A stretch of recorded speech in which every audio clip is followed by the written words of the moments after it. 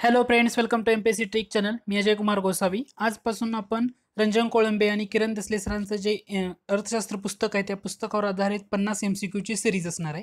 100 MCQची आपण घेत नाही कारण ती खूप मोठं होते, कारण अपलोडिंगला थोडा प्रॉब्लेम येतोय. म्हणून 50 MCQची जी सिरीज आहे ती कव्हर करणार आहे. याच्यामध्ये बरेच असे महत्त्वाचे प्रश्न त्याचं डिस्कशन आपण या लेसनमध्ये करणार आहोत. दुसरं म्हणजे तुम्ही जर माझ्या चॅनलला सबस्क्राईब केलं नसेल तर नक्की सबस्क्राईब करा आणि सबस्क्राईब केल्यानंतर समोर जे बेल आयकन दिसते त्याच्यावर क्लिक करा, म्हणजे जेव्हा काही नवीन अपडेट माझ्याकडून येईल त्याचं नोटिफिकेशन तुम्हाला भेटत राहील.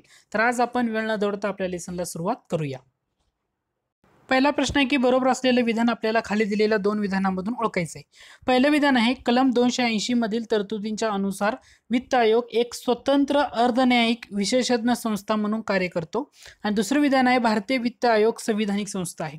तर या दोन्ही प्रश्नाचं उत्तर बरोबर आहे, कारण पहिले सेंटेन्स सुद्धा बरोबर आहे. कारण वित्त आयोग आर्टिकल लक्षात ठेवायचं 280. वित्त आयोग का महत्वाचा आहे सध्या, कारण 15 वित्त आयोगाचा अहवाल डिक्लेअर झालेला आहे, त्याच्या काही महत्वाच्या शिफारशी. त्याच्या अनुषंगानं तुम्हाला 12 वित्त आयोग, 13वा, 14वा आणि 15वा असे कंपॅरेटिव्हली तुम्हाला लक्षात ठेवणं गरजेचं आहे. त्याचबरोबर तुम्हाला वित्त आयोगाच्या संदर्भातल्या ज्या कॉन्स्टिट्युशनल महत्वाच्या गोष्टी आहेत त्या सुद्धा लक्ष देणं तेवढंच गरजेचं आहे. जसं की 280 कलम तुम्हाला माहित असेल, 281 कलम कशासाठी आहे ते सुद्धा तुम्हाला लक्षात ठेवणं तेवढंच इम्पॉर्टंट आहे. तर आपल्या ह्याच्यामध्ये लक्षात घ्या 280 कलमानुसार वित्त आयोग स्थापन केला जातो. स्थापन कोण करतो तर अधिकार राष्ट्रपतींना आहेत आणि हा एक स्वतंत्र अर्धन्यायिक विशेषज्ञ संस्था म्हणून कार्य करतो. दुसरं म्हणजे संवैधानिक संस्था आहे. पुढचा प्रश्न आहे आपला तो म्हणजे भारतात दर 5 वर्षांनी वित्त आयोगाची निर्मिती करतात. या आयोगात एक अध्यक्ष आणि इतर डॅश डॅश असे सदस्य असतात. तर आता तुम्ही जर वित्त आयोगाच्या निर्मितीमध्ये बघितलं तर एकूण एक अध्यक्ष आणि इतर 4 सदस्य म्हणजे एकूण 5 सदस्य असतात त्याच्यामध्ये, हे लक्षात ठेवा. आणि किती वर्षासाठी शिफारशी करण्याचा अधिकार असतो, म्हणजे एक वित्त आयोग नेमला तर तो 5 वर्षांनी 5 वर्षासाठी. तर हा एक पहिला लक्षात ठेवायचा आहे. आता नेमणुकीची पद्धत कशी काय ते सर्व सांगितलेलं आहे. त्याच्यासाठी तुम्हाला ना एक कायदा संमत केलेला आहे, तो म्हणजे वित्त आयोग अधिनियम 1951. आणि त्याच्या अंतर्गत काय केलेलं आहे, जे वित्त आयोगाचे सदस्य असतील किंवा त्यांचे अध्यक्ष असतील ना, तर त्यांच्यासाठी काहीतरी पात्रता सांगितली. तर तुम्हाला काय लक्षात ठेवायचं, तर वित्त आयोग अधिनियम कितीचा आहे, तर तो आहे 1951चा. वित्त आयोग अधिनियम 1951चा, हे नक्की लक्षात ठेवा. आणि याच्यानुसारच काय अध्यक्ष आणि सदस्यासाठी पात्रता सांगितली.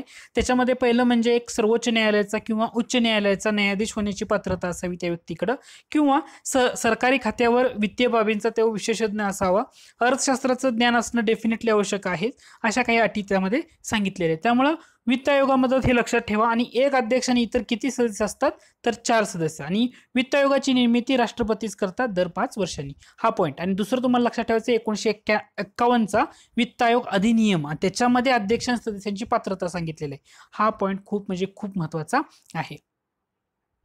वित्त आयोगाचा जर तुम्ही अभ्यास करत असाल तर 12, 13, 14 आणि 15 वित्त आयोगामध्ये, तर आपल्याला तुम्हाला काय लक्षात ठेवावं लागतं की एकूण कर महसुलापैकी किती टक्के हिस्सा राज्यांना दिला जावा, पहिला गोष्ट. दुसरी गोष्ट तुम्हाला काय लक्षात ठेवावं लागेल, कर आणि करेतूर महसुलापैकी, कर आणि करेतर म्हणजे दोन्ही मिळून या महसुलापैकी किती टक्के हिस्सा राज्यांना दिला जावा, हे.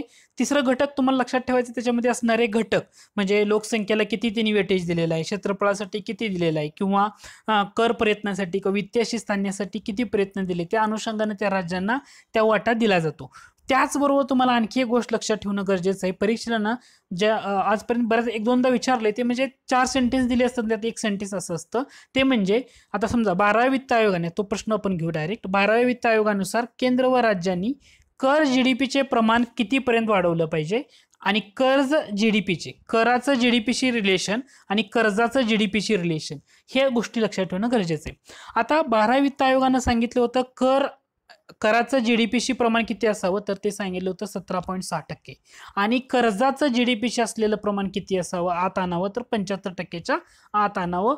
ही गोष्ट 12 वित्त आयोगाने सांगितली. हा एक पॉईंट नाही ना, सायमल्टेनियसली तुम्हाला प्रत्येक वित्त आयोगामध्ये लक्षात ठेवणं गरजेचं आहे. 12 वित्त आयोग म्हटल्यानंतर तुम्हाला लक्षात यायला पाहिजे त्याचे अध्यक्ष होते सी रंगराजन. सी रंगराजन होते. आणि कधी त्याची स्थापना केली होती, तर 2003 साली 12व्या वित्त आयोगाची स्थापना केली होती. 12व्या वित्त आयोगाचा जो शिफारशींचा कालावधी आहे, तर तो होता 2005 ते 2010 पर्यंतचा. या कालावधीमध्ये 12व्या वित्त आयोगाच्या शिफारशी होत्या. त्यांनी 2003ला जरी स्थापना केली असली तर त्यांचा अहवाल कधी आला होता, तर अहवाल आला होता 30/11/2004 म्हणजे 30 नोव्हेंबर 2004 रोजी त्यांनी त्यांचा अहवाल दिला होता. त्यामुळे ह्या गोष्टी सुद्धा तुम्हाला लक्षात ठेवणं गरजेचं आहे. सी रंगराजन होते 12 वित्त आयोगाचे अध्यक्ष. तर लक्षात ठेवायचं काय आहे मला सांगायचा मुद्दा तो म्हणजे 12 वित्त आयोगानुसार केंद्र व राज्यांनी काय केलं पाहिजे, कराचं जीडीपीशी असलेलं प्रमाण 17.6% पर्यंत वाढवलं पाहिजे आणि कर्जाचं जीडीपीशी असलेलं प्रमाण कितीच्या आत आणावं तर 75% आत आणावं. हा महत्वाचा पॉईंट आहे.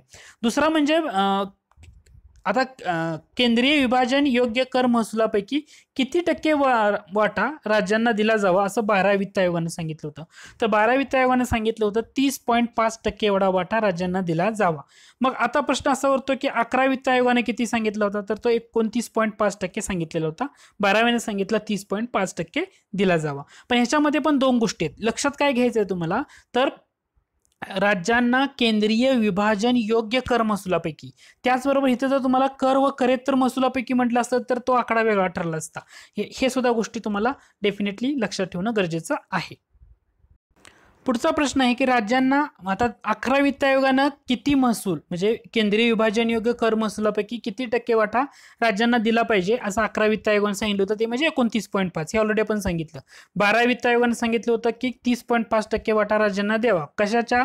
केंद्राच्या विभाजन योग्य कर महसुलापैकी. हा सांगितलं.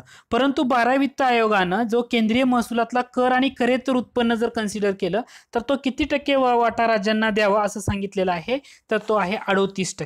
किती सांगितले त्यांनी तर ते 38% सांगितलेलं आहे. मग आता प्रश्न असा उरतो की 11व्या वित्त आयोगानं, प्रश्न लक्षात घ्या, 11व्या वित्त आयोगानं कर व करेतूर महसुलापैकी किती टक्के वाटा केंद्राच्या कर व करेतूर महसुलापैकी किती टक्के वाटा हा राज्यांना दिला जावा असं सांगितलेलं होतं तर ते सांगितलं होतं 37.5%.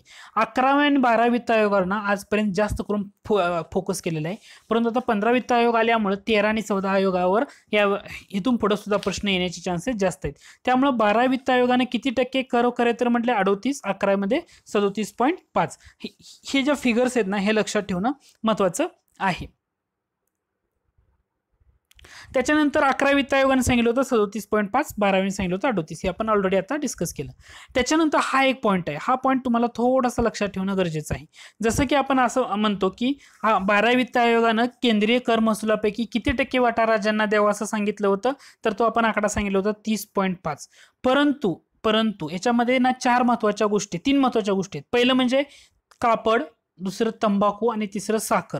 आता कापडावर किंवा तंबाखूवर किंवा साखरेवर समजा राज्य सरकार अतिरिक्त उत्पादन शुल्क घेत असेल तर त्या राज्यांना कराचा वाटा थोडासा वेगळा आहे, ते लक्षात घेणं गरजेचं आहे. आता 12 वित्त आयोगाने एकूण केंद्रीय कर महसुलापैकी 30% वाटा द्यावा म्हणून सांगितलं.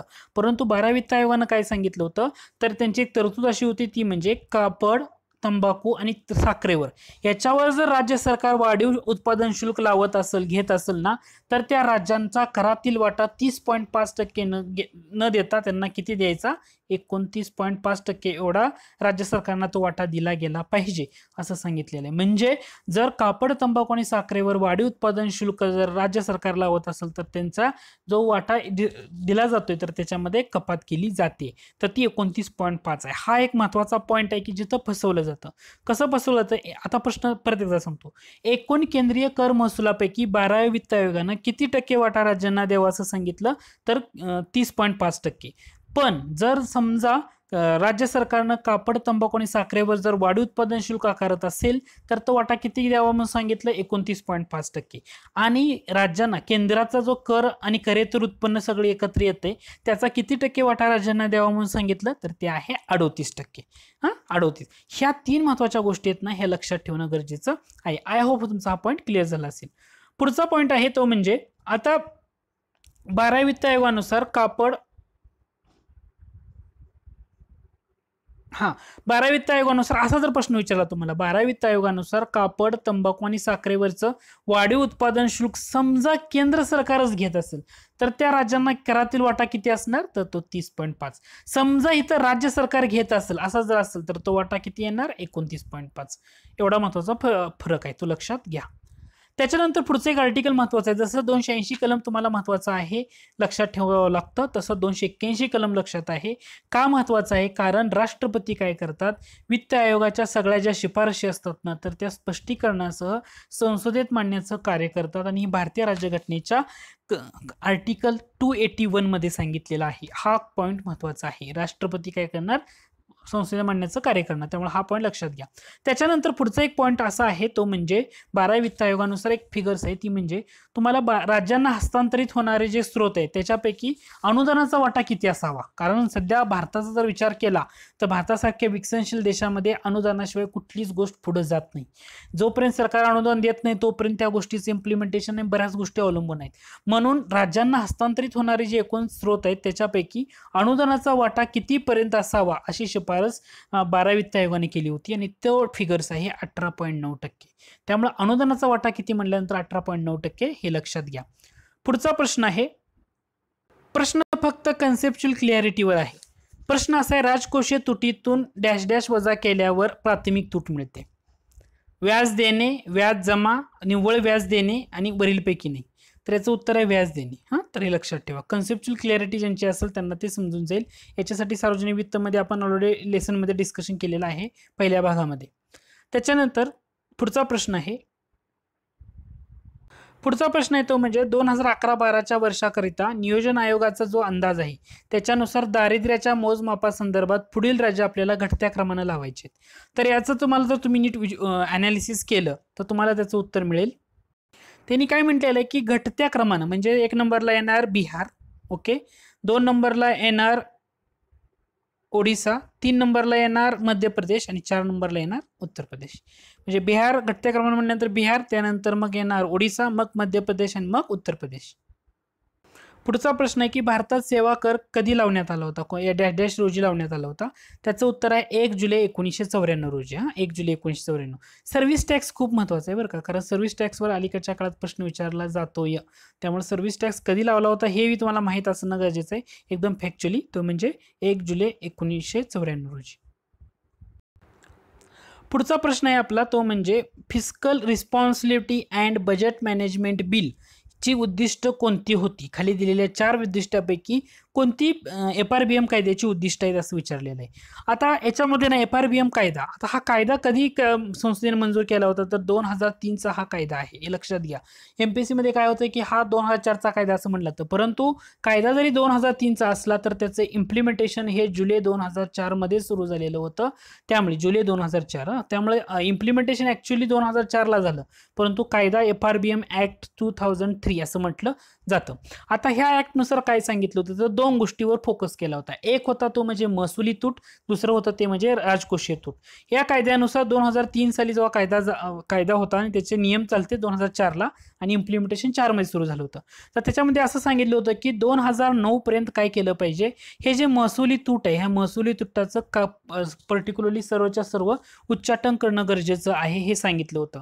आणि जी राजकोषीय तूट आहे ना तर ती 3% कमी करणं सांगण्यात आलं होतं 2009 पर्यंत.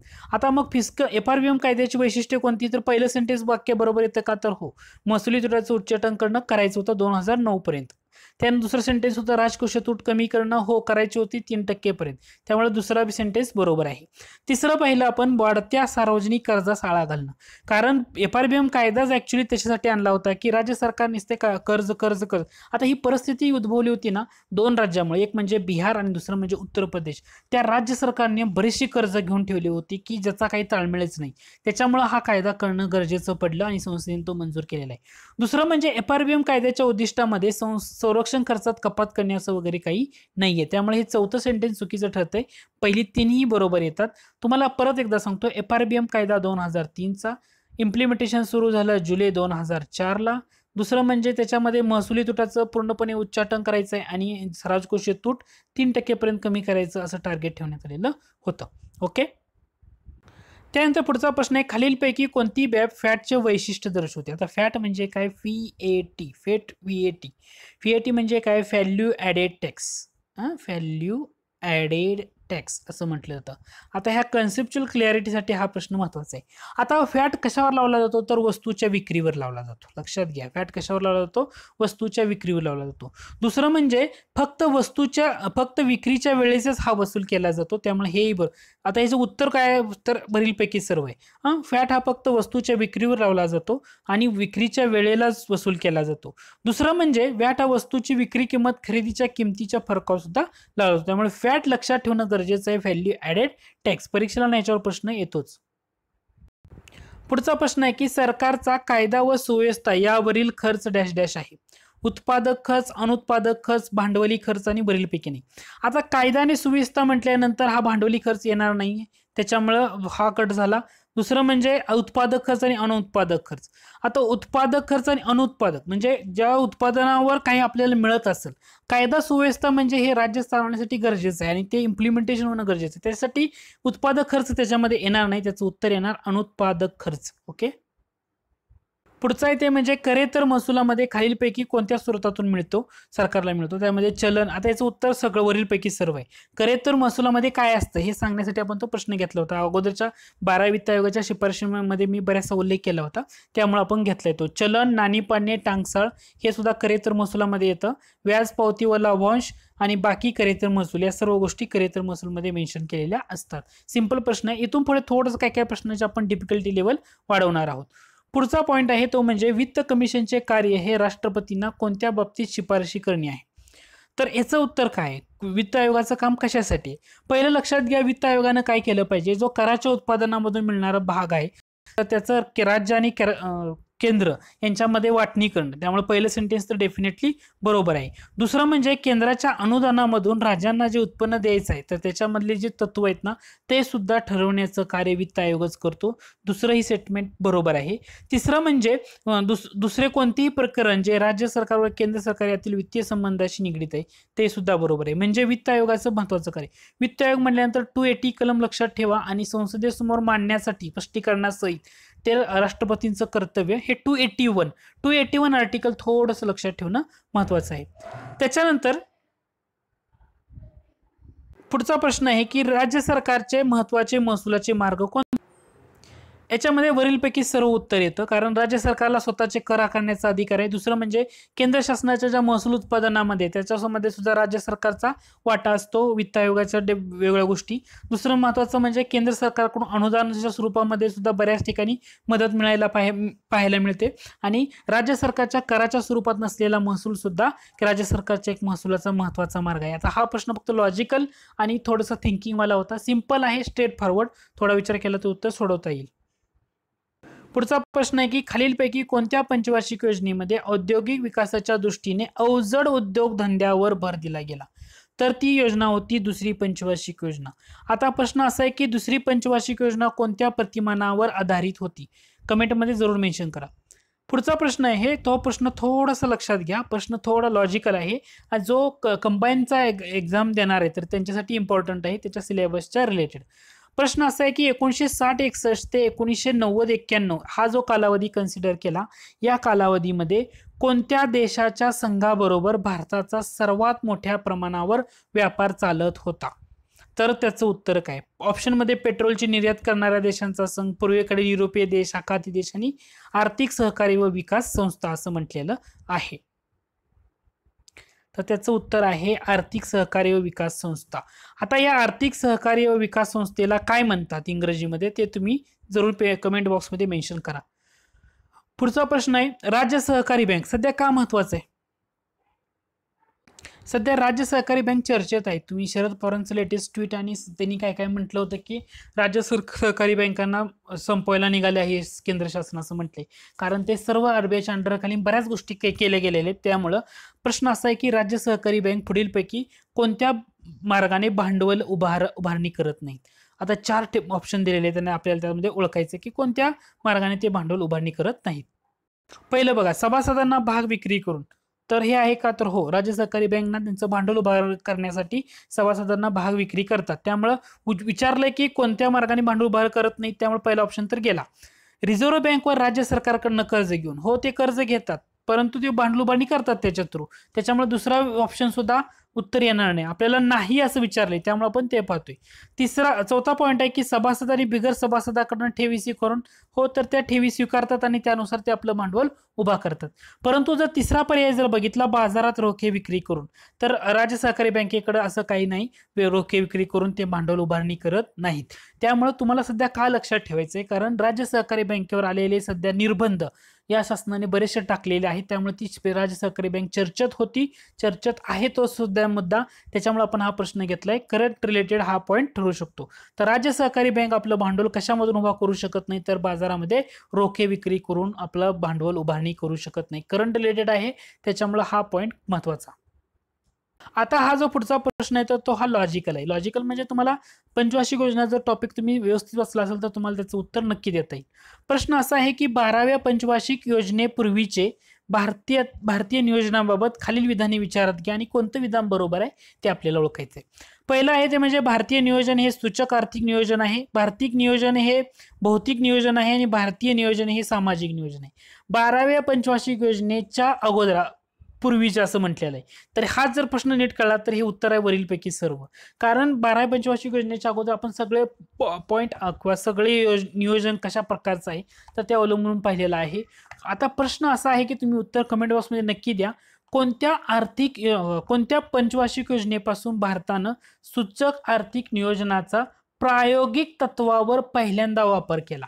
प्रायोगिक तत्वावर पहिल्यांदा वापर केला असं म्हणतोय मी, सूचक आर्थिक नियोजनाच्या बाबतीत. त्यानंतर पुढचा प्रश्न आहे की खाली विधाने विचारात घ्या. 3 विधानांपैकी कोणतं विधान बरोबर, कोणतं चुकीचं. याच्यामध्ये पहिलं सेंटेन्स आहे मूल्यवर्धित कर ही अनेक स्तरीय कर गोळा करणारी पद्धत आहे, म्हणजे मूल्यवर्धित कर फॅट. अमूल्यवर्धित कर हे एकल बिंदू. आता याचं उत्तर आहे ना, तिन्ही सेंटेन्स बरोबर आहेत. मूल्यवर्धित कर म्हणजे व्हॅल्यू ॲडेड टॅक्स, हे काय केलं जातं तर अनेक स्तरीय कर गोळा करणारी पद्धत आहे. अमूल्यवर्धित कर लावले त्यापुढं ते एक एकल बिंदू कर गोळा करणारी पद्धत आहे.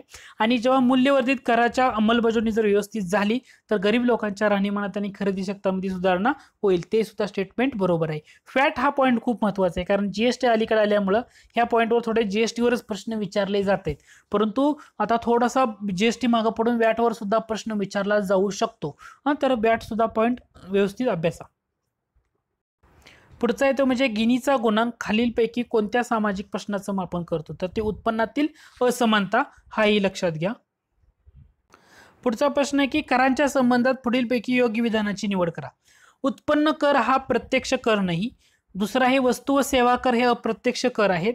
तिसरा आहे संपत्ती कर हे सुद्धा अप्रत्यक्ष कर आहेत आणि उत्पादन कर हे प्रत्यक्ष कर आहेत. याचं उत्तर आहे वस्तू व सेवा, म्हणजे आपण जीएसटी म्हणतो, जीएसटी हा प्रत्यक्ष कराचा आहे, त्यामुळे हे विधान बरोबर आहे. बाकी तिन्ही विधान चुकीचे आहेत.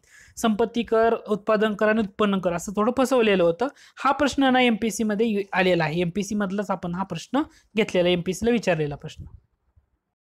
राष्ट्रीय सॅम्पल सर्व्हेप्रमाणे 2009-10 मध्ये किती टक्के लोकसंख्या दारिद्र्य रेषेखाली होती, तर ती 29.8% होती राष्ट्रीय सॅम्पल सर्व्हेप्रमाणे.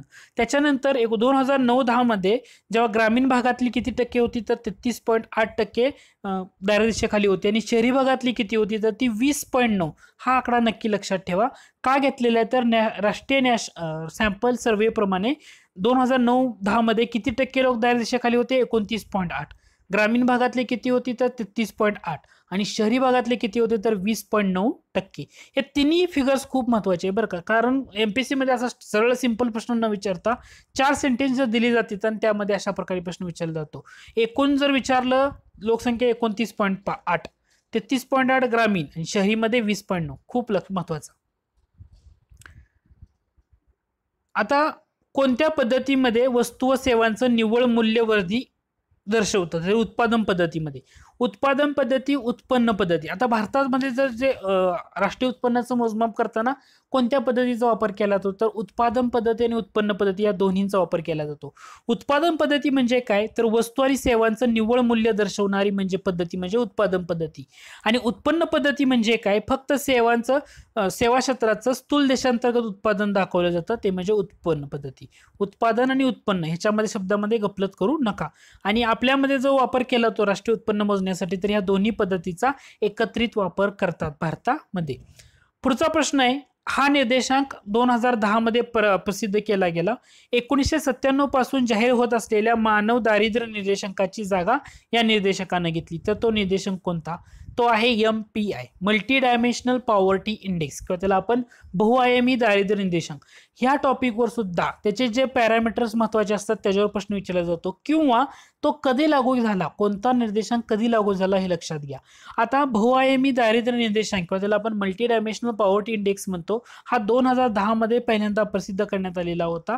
1997 पासून जो अगोदर येत होता मानवी दारिद्र्य निर्देशांक, त्याच्या जागी MPI घेण्यात आला. म्हणजे तुम्हाला परीक्षेला एकदा प्रश्न असा विचारला MPSCनं, मानवी दारिद्र्य निर्देशांक केव्हापासून सुरू करण्यात आला होता, तर तुम्हाला हे लक्षात आलं पाहिजे 1997 पासून तो सुरू करण्यात आला होता आणि 2010 साली त्याच्या जागी मल्टी डायमेन्शनल पॉवर्टी इंडेक्स हा सुरू केलेला आहे. मग हा जो MPI मध्ये ना कोणते घटक कन्सिडर केले जातात, तर आरोग्य, शिक्षण आणि राहणीमान. आरोग्यामध्ये ना काय केलं तर पोषण, बालमृत्यू दर कन्सिडर केलं जातं. शिक्षणामध्ये शालेय शिक्षणातली वर्षे, शाळेतली पट नोंदणी कन्सिडर केली जाते. आणि राहणीमानामध्ये ना काही महत्वाच्या गोष्टी म्हणजे वीज पुरवठा, पिण्याचं पाणी, स्वच्छता, फरशी, इंधन आणि अशा प्रकारे मालमत्ता हे सुद्धा कन्सिडर केलं जातं. याच्यामध्ये ना 3 महत्वाचे घटक आहेत. MPSC अलीकडे त्या 3 पॉईंटवर प्रश्न विचारते. त्याचा पहिला महत्वाचा घटक आहे तो म्हणजे डिप्रिवेशन. डिप्रिवेशन म्हणजे त्याला आपण अभाव, जास्त अभाव असणारा. तर तो 33.33% पेक्षा, म्हणजे जे आपण आरोग्य, शिक्षण आणि राहणीमानावर कन्सिडर केलं त्या घटकामध्ये 33.33% पेक्षा जर जास्त अभाव असेल तर त्याला आपण बहुआयामी गरीब असं म्हणावं. 33.33 ते 20% पर्यंत असेल तर त्याला आपण व्हल्नरेबल गटामध्ये कन्सिडर करतो. व्हल्नरेबल म्हणजे त्याला आपण असुरक्षित गट असं म्हणतो मराठीमध्ये. आणि 50% पेक्षा जर जास्त अभाव असेल या तिन्ही घटकामध्ये तर त्याला आपण तीव्र बहुआयामी गरीब, किंवा आपण सेव्हरली मल्टी डायमेन्शनली पुअर असं म्हणतो. तर हा एक पॉईंट आहे, फक्त माहीत असू द्या. त्याच्यानंतर बहुआयामी दारिद्र्य निर्देशांक कोणी विकसित केला, तर ऑक्सफोर्ड विद्यापीठातील Oxford poverty and human development initiative आणि United Nations development programme, UNDP म्हणजे काय, युनायटेड नेशन्स डेव्हलपमेंट प्रोग्राम, या दोघांनी मिळून हा बहुआयामी दारिद्र्य निर्देशांक विकसित केलेला आहे. दुसरं म्हणजे ना याच्यावर ना ह्या Oxford poverty and human development initiative या पॉईंटवर स्टेट फॉरवर्ड बऱ्याच वेळा प्रश्न विचारून झालेला आहे. पुढचा प्रश्न असा आहे, खालील वर्णनावरून आपल्याला व्यक्ती ओळखायचे. पहिला सेंटेन्स आहे, राष्ट्रीय उत्पन्न मोजण्याचा त्यांनी पहिला प्रयत्न केला. दुसरं म्हणजे अर्थव्यवस्थेचं कृषी व बिगर कृषी क्षेत्र असं विभाजन केलं.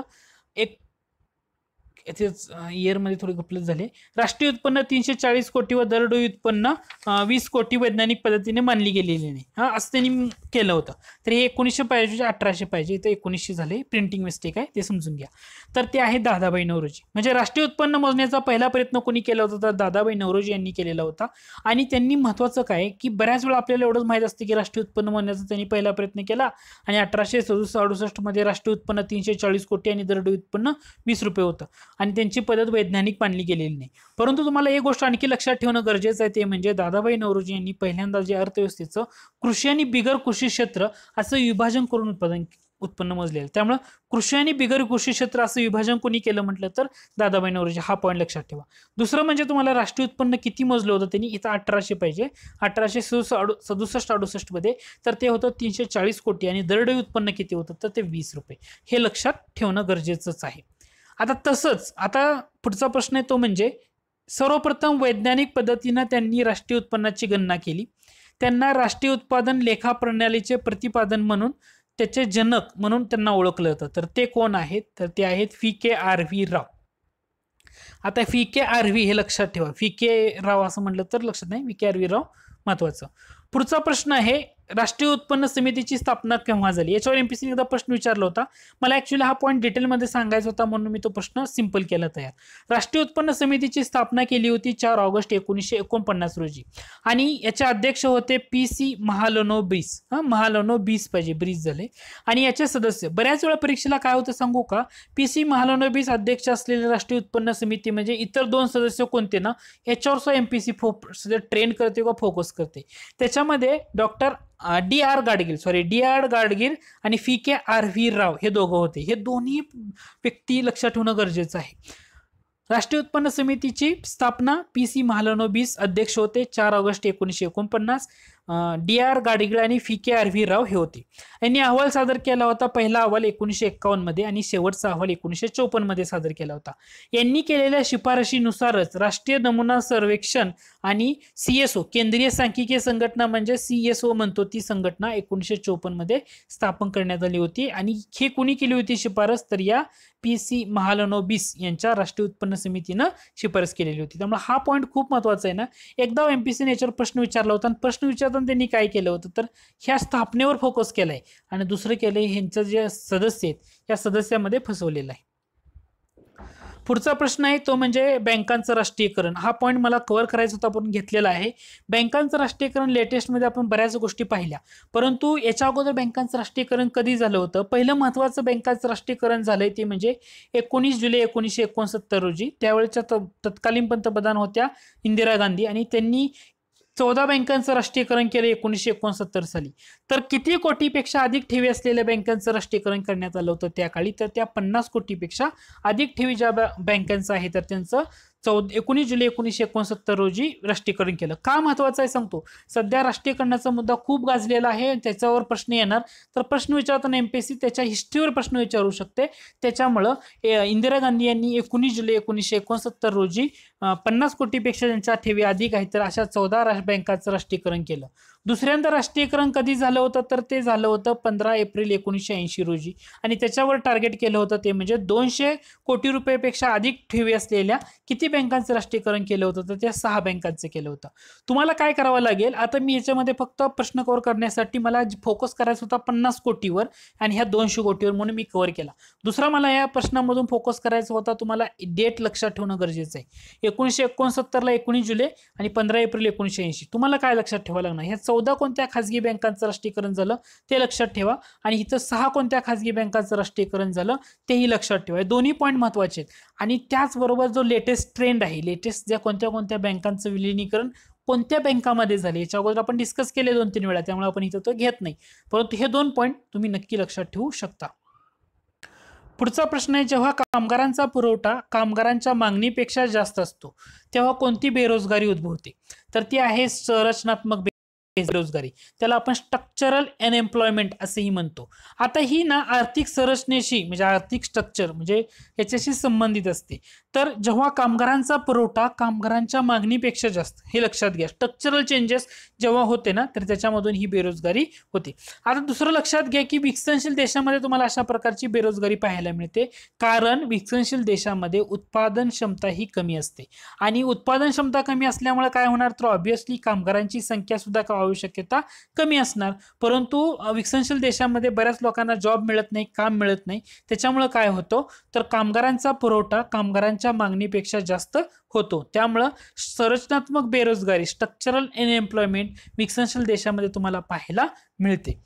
पुढचा प्रश्न आहे, हा प्रश्न खूप महत्वाचा आहे, तो म्हणजे जर रोजगार गुंतलेली व्यक्ती आपल्या उत्पादन प्रक्रियेत कोणतेही योगदान देत नसेल किंवा त्या व्यक्तीला कामावून काढून टाकले असले तरी त्याचा उत्पादनावर कोणताही परिणाम होत नाही. म्हणजे एक काम करायचंय, 2 व्यक्ती करू शकतात, परंतु 3 व्यक्ती तिथं करतायत, पण त्या तिसऱ्या व्यक्तीचा काय यूजच नाही, फक्त त्याला पेमेंट द्यायचंय, त्याला जगवायचं म्हणून जर करत असेल तर त्या प्रकारच्या बेरोजगारीला म्हटलं जातं छुपी बेरोजगारी किंवा त्याला अदृश्य बेरोजगारी. आणि मराठीमध्ये आणखी एक शब्द ते म्हणजे प्रच्छन्न बेरोजगारी. आणि कोणत्या बेरोजगारीमध्ये श्रमिकांची सीमांत उत्पादकता 0 असते, तर ती असते प्रच्छन्न बेरोजगारी, छुपी किंवा अदृश्य बेरोजगारी. MPSCचा ना फेवरेट प्रश्न आहे, कोणत्या बेरोजगारीमध्ये श्रमिकांची सीमांत उत्पादकता 0 असते. हा खूप खूप फेमस असलेला प्रश्न आहे, छुपी बेरोजगारी. पुढचा प्रश्न आहे की ग्रामीण भागामधून शहरी भागामध्ये स्थलांतरित होणाऱ्या व्यक्तीमध्ये या प्रकारची बेरोजगारी पाहायला मिळते. काम करण्याची क्षमता व इच्छा असूनही नियमित रोजगार मिळत नसेल तर त्या बेरोजगारीला काय म्हणतात, तर ती आहे ओपन अनएम्प्लॉयमेंट किंवा त्याला खुली बेरोजगारी असं म्हटलं जातं. तर ग्रामीण भागामधून शहरी भागामध्ये बरेच व्यक्तींचं स्थलांतरण होतं ते म्हणजे रोजगारासाठी, परंतु त्यांना काम करण्याची इच्छा व क्षमता असते परंतु रोजगारच मिळत नसेल तर त्याला आपण ओपन अनएम्प्लॉयमेंट किंवा त्याला आपण खुली बेरोजगारी असं म्हणतो. आता चालू साप्ताहिक स्थितीमधल्या बेरोजगार कशाला म्हटलं जातं, तर एका आठवड्याच्या कालावधीमध्ये 1 तासासाठी सुद्धा काम न मिळालेल्या व्यक्तींना, चालू साप्ताहिक स्थितीतलं बेरोजगार कोणाला म्हटलं जातं, तर एका आठवड्याच्या कालावधीमध्ये एका तासासाठी सुद्धा काम न मिळालेल्या व्यक्तीला चालू साप्ताहिक स्थितीतील बेरोजगार असं म्हटलं जातं. त्याच्यावर आपण डिटेलमध्ये बऱ्याचशा गोष्टी घेणार आहेत पुढच्या लेसनमध्ये. पुढचा प्रश्न आहे की कोणत्या समितीने अंदाजपत्रकीय तुटीच्या संकल्पनेबरोबरच मौद्रिक तुटीचं मापन करण्याची शिफारस केली होती? ती होती चक्रवर्ती समिती. ही लक्षात ठेवा, स्ट्रेट फॉरवर्ड प्रश्न आहे. UNDP डॅश डॅश पासून लिंग आधारित विकास निर्देशांक जाहीर करत आहे, तर ते आहे 2014 पासून. MPSC साठी ना असे 1 लाईनर प्रश्न 1 ते 2 असतात बरं का, कारण ह्या निर्देशांकावर UNDP 2014 पासून जो लिंग आधारित विकास निर्देशांक आहे ना, तो डिक्लेअर करत आहे. आता कोणत्या 3 महत्वाच्या घटकावर कन्सिडर करून हा निर्देशांक काढण्यात येतो? आरोग्य, शिक्षण आणि जीवनमानाचा दर्जा. याच्यामध्ये काय केलं जातं, तर स्त्री पुरुषामधली असमानता विचारात घेतली जाते आणि त्याच्यानुसार जेंडर गॅप हा निश्चित केला जातो. मानव विकास निर्देशांकाचा पद्धत वापरूनच केला जातो, परंतु इथं काय केलं जातं, तर पुरुषांचा वेगळा HDI काढला जातो, पुरुषांचा वेगळा ह्युमन डेव्हलपमेंट इंडेक्स आणि स्त्रियांचा HDI वेगळा काढला जातो आणि या दोघांचं असलेलं प्रमाण एकमेकाशी ते कन्सिडर केलं जातं आणि त्याच्यापासून काढलेला निर्देशांक म्हणजे लिंग आधारित विकास निर्देशांक त्याला म्हणलं जातं. आणि हा कधीपासून काढला जातो, तर 2014 पासून केला जातोय. पुढचा प्रश्न आहे, चलनवाढीच्या दरावरनं पुढील प्रकार पडतात, पुढीलपैकी कोणते विधान बरोबर आहे? म्हणजे जे चलनवाढीचे प्रकार आहेत, आता पहिलं म्हणजे रांगणारी महागाई, चालणारी महागाई, धावणारी महागाई आणि बेसुमार महागाई. याच्या कन्सेप्टवर फक्त फोकस करायचं आहे की त्यांचं टक्केवारी किती, त्याच्यानुसार तुम्हाला काढायचं आहे. आता याचं उत्तर बघितलं तर सगळी विधानं बरोबर आहेत. रांगणारी महागाई किंवा चलनवाढ त्याच्यामध्ये ना 3% पेक्षा कमी असते. चलनवाढीचा दर किती असतो? रांगणाऱ्या महागाईमध्ये 3% पेक्षा कमी असेल तर त्याला आपण रांगणारी चलनवाढ किंवा रांगणारी महागाई असं म्हणतो आणि ही धोकादायक ऍक्च्युली नसते. परंतु जेव्हा चलनवाढीचा दर 3 ते 7% एवढा होतो तेव्हा असणारी चलनवाढ असते किंवा महागाई असते त्याला आपण चालणारी म्हणतो, म्हणजे हळूहळू चालायला लागली.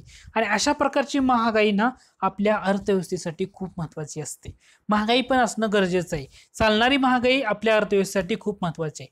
परंतु जर चलनवाढीचा दर 10% ते 20%च्या वर गेला तर त्याला धावणारी महागाई म्हणतात आणि 20% ते 100% असेल तर त्याला बेसुमार महागाई म्हणतात. परीक्षेला काय होतं माहिती आहे का, परीक्षेला असं विचारलं जातं कोणती महागाई अर्थव्यवस्थेच्या विकासासाठी अत्यंत आवश्यक असते, तर ती चालणारी महागाई असते. 3 ते 7% एवढा चलनवाढीचा दर. त्याच्यासाठी आपण हा प्रश्न कव्हर केला आणि तो कन्सेप्च्युअली लक्षात ठेवा. पुढचा पॉइंट आहे तो म्हणजे कोर चलनवाढ किंवा कोर इन्फ्लेशन. आता हा फक्त तुम्हाला डिड यू नो, तुम्हाला माहित आहे का, तुम्हाला या सेक्शनमध्ये आपण कव्हर करतोय. तो म्हणजे कोर इन्फ्लेशन, म्हणजे त्याला आपण कोर चलनवाढ असं म्हणतो. भारतात ही संकल्पना सर्वप्रथम कोणत्या साली आली, तर 2000 ते 2001 हे जे वर्ष आहे आर्थिक वर्षामध्ये कोर इन्फ्लेशन ही संकल्पना आली होती. फक्त माहीत असू द्या म्हणून कव्हर केलेला आहे.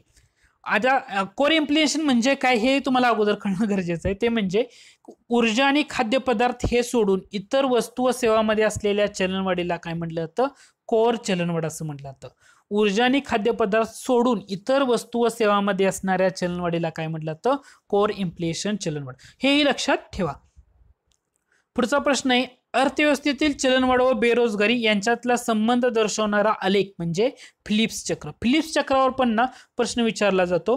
अर्थव्यवस्थेतले चलनवाढ आणि बेरोजगारी यांच्यातला जो संबंध आहे तर तो कशाने दाखवला जातो, फिलिप्स चक्रानं दाखवला जातो. म्हणजे फिलिप्स चक्रानुसार कसं असतं, तर चलनवाढ आणि बेरोजगारी यांच्यामधलं जे प्रमाण असतं ना ते व्यस्त प्रमाण असतं. म्हणजे चलनवाढ इज इनव्हर्सली प्रोपोर्शनल टू बेरोजगारी, व्यस्त प्रमाण म्हणलेलं आहे. असं असं असतं त्याचं.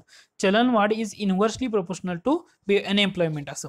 म्हणजे चलनवाढीचा दर जर कमी असेल तर बेरोजगारीचा दर कसा असणार, ऑब्विसली व्यस्त प्रमाण आहे म्हणजे जास्त असणार. समजा बेरोजगारीचा दर कमी असेल तर चलनवाढीचा दर ऑब्विसली तो जास्त होणार आहे. तर ह्या दोन्ही सायमल्टेनियसली व्हाईस वर्सा गोष्टी आहेत. परीक्षेला काय लक्षात ठेवायचं आहे, फिलिप्स चक्र कशासाठी आहे वक्र तो, तर तो अर्थव्यवस्थेमधले चलनवाढ आणि बेरोजगारी यांच्यामधला संबंध दाखवतो आणि तो संबंध असा आहे, चलनवाढ ही इन्व्हर्सली प्रोपोर्शनल आहे कशाच्या, बेरोजगारीच्या. तुम्हाला मराठीमधून समजून सांगितलेलं आहे, बऱ्यापैकी लक्षात ठेवा.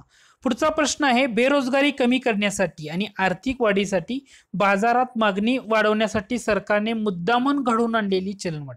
म्हणजे बेरोजगारीचा जर आकडेवारी जास्त वाढत चालली आणि आर्थिक वाढीसाठी बाजारामध्ये मागणी वाढणं गरजेचं आहे, अशासाठी सरकार मुद्दामून चलनवाढ घडवून आणतं. त्याला काय म्हटलं जातं, तर त्याला मराठीमध्ये मुद्रा संस्फिती खूप अवघड शब्द आहे, रिफ्लेशन इंग्रजीमध्ये लक्षात ठेवायला खूप इझी आहे.